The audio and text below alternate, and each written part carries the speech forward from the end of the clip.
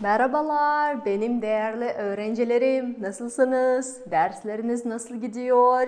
Her şeyi anlıyor musunuz peki?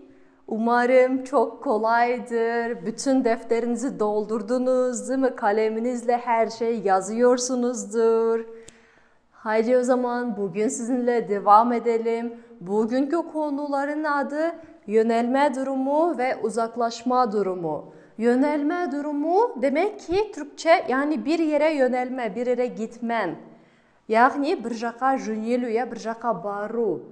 Ve uzaklaşma durumu bir yerden uzaklaşman, ayrılman, bir жерден алыстау, bir жақтан басқа жаққа кетуін, немесе үйден шығып бара жатырмын деп айтқанды қалай айтамыз? Nasıl diyeceğiz? Haydi sizinle beraber bakalım. Bugün biz iki dil bilgisine beraber geçiyoruz. Yani bence böyle daha kolay. Yönelme durumu. Yönelme. İnce harfler, kalın harfler hatırlıyoruz değil mi? Sesli harfler kalın. A, I, O, U ince. E, I, Ö, Ö. Tamam o zaman. Şimdi bakın eğer kalın harfse en son hecedeki harf. Hece, это у нас бун. Hece. Kelime, слово помним, да? Kelimedeki en son hecedeki sesli harf, sesli, daha usta dıbız kalınsa o zaman A ekini ekliyoruz. Ya da böyle, zaten bunu biliyorsunuz değil mi? Kaynaştırma harfi. Ya da ince ise E, I, Ö, o zaman E. Ve burada bizim önemli olan sorumuz nereye ve kime? Kime? Bu kalemi nereye götürüyorsun? Mına kalamды қайда алып бара жатырсың? Bu kalemi kime götürüyorsun? Bu kalamды kimге alıp bара жатырсың? Mesela bu kalemi sınıfa. Sınıf. Klas, sınıf. A olduğu için A sınıfa götürüyorum. Bu kalamды sınıfқа алып bара жатырмын. Ya da bu kitapты деп айтайық, ya. Kitapты kime? Kime? Айлин'e. Помним, да? То, что жалқы есімдерге жұрнақ жалғасақ апостроф қоюды ұмытпауымыз қажет. Айлин'e veriyorum. Berip жатырмын. Bu kitabı Aylin'e veriyorum. Bu kitapты Aylin'e berip жатырмын. Götürüyorum, veriyorum. Это у нас şimdiki zaman. Совсем скоро это мы уже будем проходить с вами. Şimdi bakalım uzaklaşma durumu. Burada da böyle. Kalın, ince diye harflere bölüyoruz, ayırıyoruz. E, I, Ö, Ö. Ve burada ek, dan. Kimden? Ve hatırlıyoruz değil mi? D'ye başlayan ekler varsa, D harfine başlayan, D harfinden басталатын жұрнақтар болsa, fıstıkçı adı neydi? Hatırlıyor musunuz? Eserinizde mi? Fıstıkçı Şahap. Değil mi? Ve buradaki bütün sessiz harflerden sonra D yerine T geliyor. Demek ki tan ya da ten olarak değişiyor. Ve burada soru nereden ya da kimden? Şimdi diyelim ki bu kalemi nereden getirdin? Bu kalemdi қай жақтан alıp geldin? Bu kalemi bu kalemi nereden getirdin? Sınıf. Sınıftan alıp geldim. Sınıf F olduğu için D yerine T geliyor. Ve buradaki sesli harf A kalın, I kalın olduğu için sınıftan getiriyorum. Sınıftan alıp geleceğim. Ya da bu kitabı kimden alıyorsun? Değil mi? Bu kitabı kimden alıyorsun? Bu kitabı Aylin apostrof'den. Neden? Çünkü burası i, ince harf i olduğu için den eki geliyor.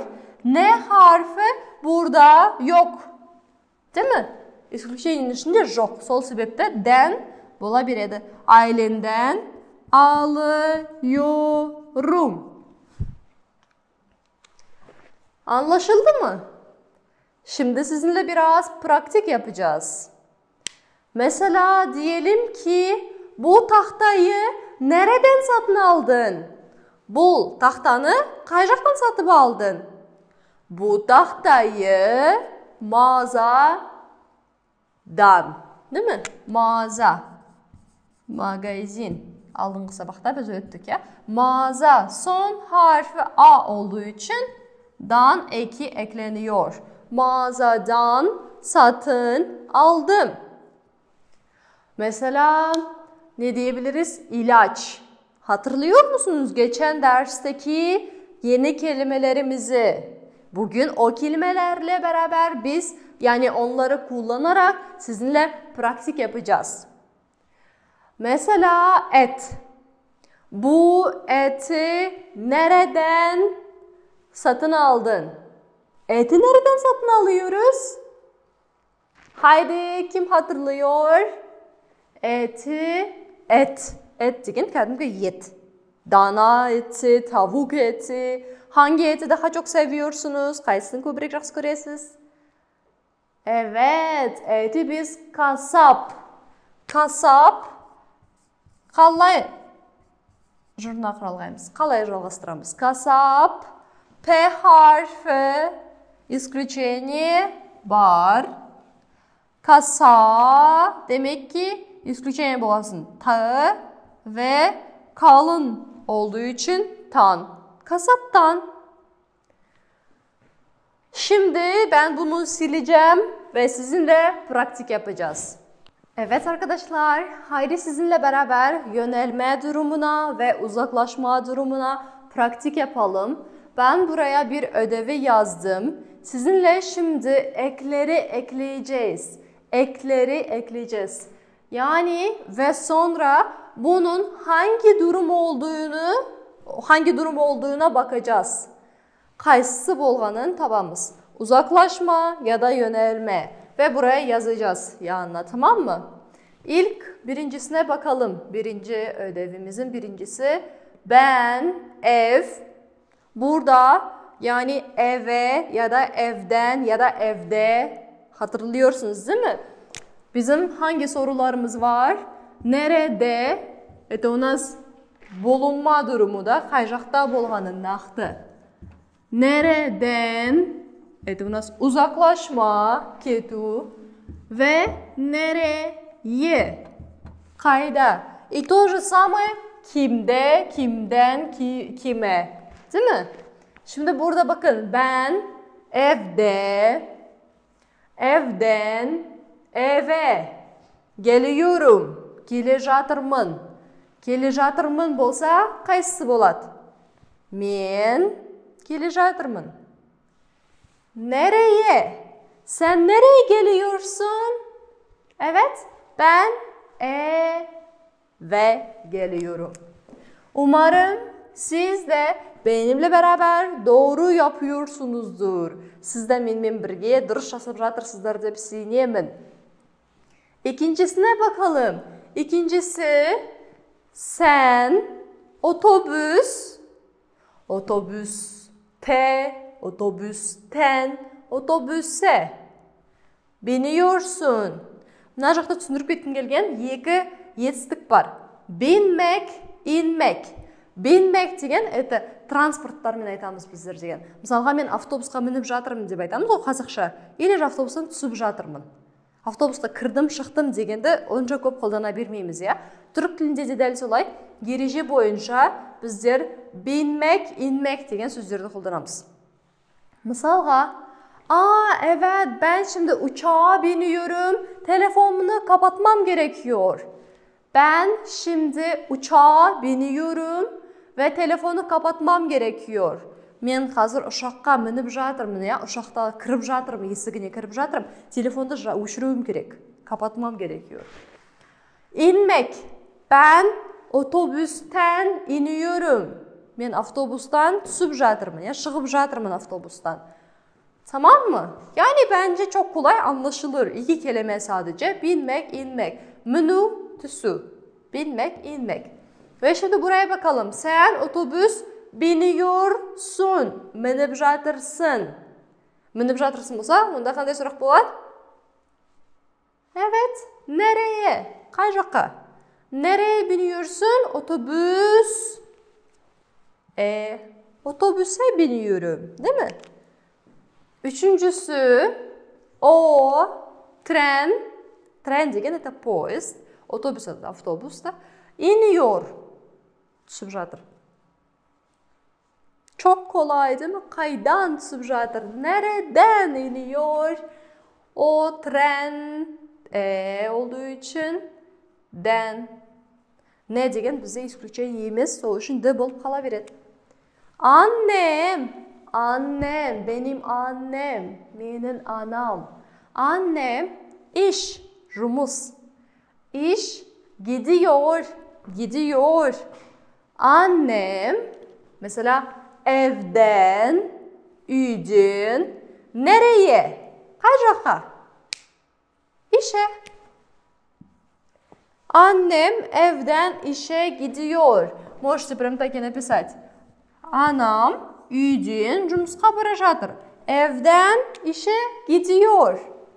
Beşincisi, Hasan öğretmen soru soruyor. Hasan muallim soru soruyor. Öğretmenim özür dilerim ben bunu anlamadım. Bana anlatabilir misiniz? Сұрақ қойып жатыр, ya, сұрақ қойып жатыр.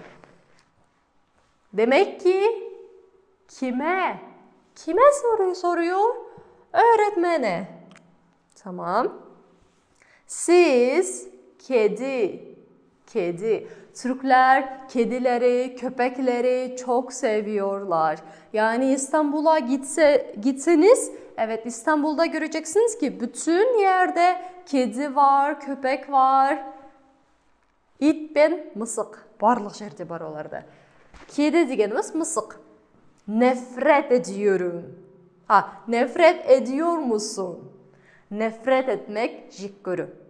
Sen kedi nefret ediyor musun? Sen мысықты jik görüyorsun ba? Kediden, мысықтан. Қазақшада солай, ya? Мысықтан. Kediden nefret ediyorum. Yani aslında gerçekten ben kedileri çok fazla sevmiyorum. Ama nefret de etmiyorum. Ama sevmiyorum. Siz kediyi seviyor musunuz? Көрдіңіз ба? Kediyi, мысықты жақсы көресіз ба деп айттым мен сізге. Kediyi, kimi, neyi ya da kediyi seviyor musunuz?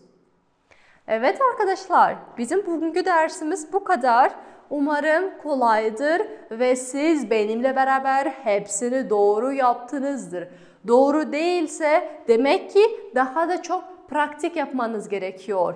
Genellikle mesela konuşurken bunu kullanabilirsiniz. Ben үйден шығып бара жатырмын, ben anda бара жатырмын, ben evden çıkıyorum, ben oraya gidiyorum, ben buraya gidiyorum, ben okula gidiyorum, ben nereye gidebilirsiniz? İşte onu anlatabilirsiniz.